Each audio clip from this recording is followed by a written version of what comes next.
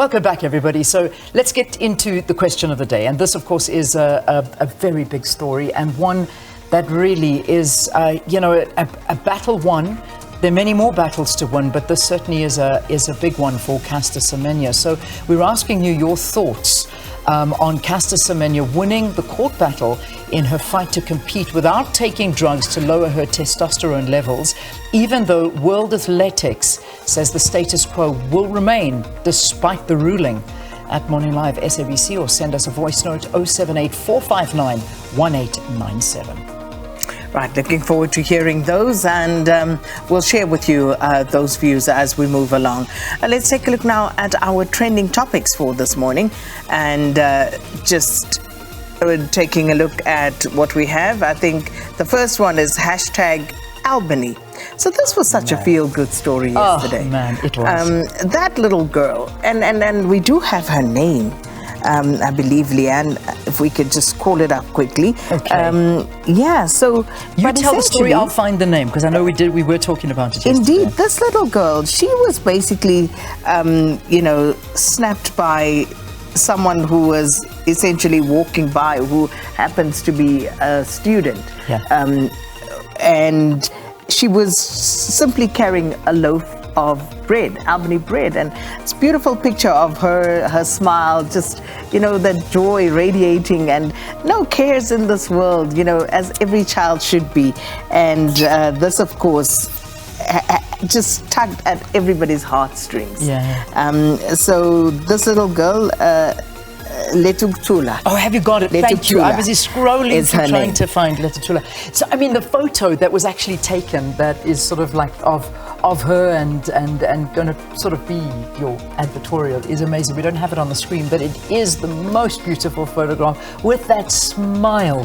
What a beautiful, beautiful little girl. She is just gorgeous. And there's that smile, and it's taken from above, and she's looking up wearing this colorful, beautiful outfit. So, yeah, this is stunning. And I hope, SK, that we add this into our trends of the week, because, I mean, this is something we can talk a little bit more about and show what's been happening. Lungisani Mjaji, who's a commercial photographer from Tshwane University, he's the one who snapped that pic.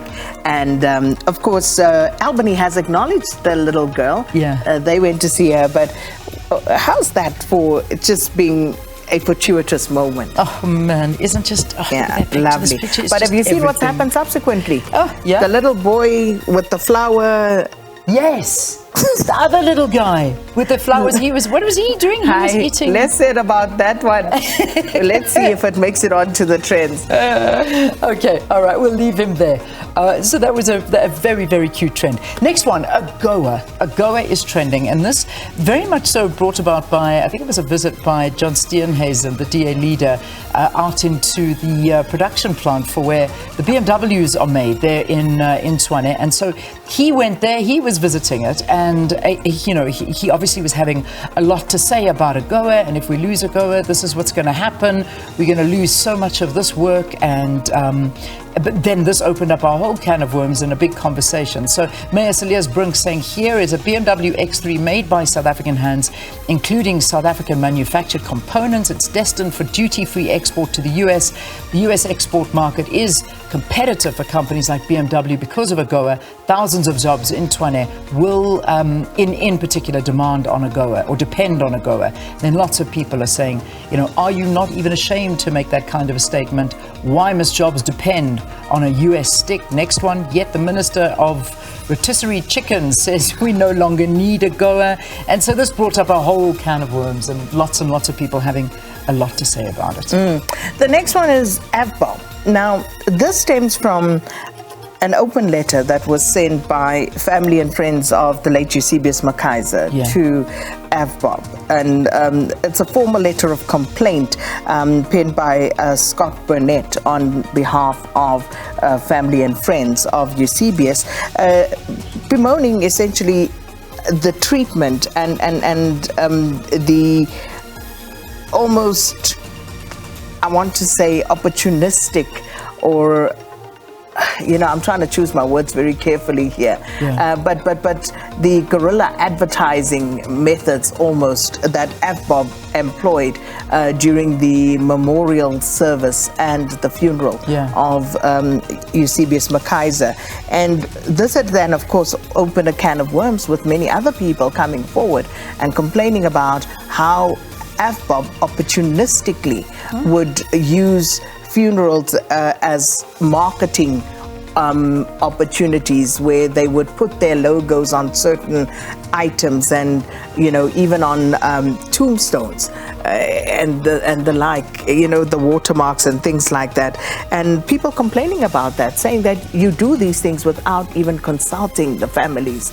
And it's just opportunistic marketing. Yeah, that's crazy. Have we heard back from Avbob as yet? No, I haven't seen anything, but it has gained quite a bit of traction with other people also sharing their disgruntlement with this sort of treatment. Unbelievable. But, you know, that's why Avbob is trending. Very opportunistic. I mean, a good word to use for something like that. All right, then just quickly, finally, no NATO. That's also a big trending topic. And I think this is, again, allies refuse to give Ukraine a time frame for when they will be able to join NATO. And that's what people are talking about, is that, like, you know, they've been asking for so long, and the NATO states have said Ukraine can join the military alliance when allies agree and conditions are met. And this is after President Volodymyr Zelensky criticized the absurd delay for this accession. In a communique, NATO said it recognized the need to move faster, but would not be drawn on a timeline. Yeah, and of course, the reality. We are carrying that story in our news bulletins as well, so that's where we'll leave that. Okay, that wraps up our trends for this morning.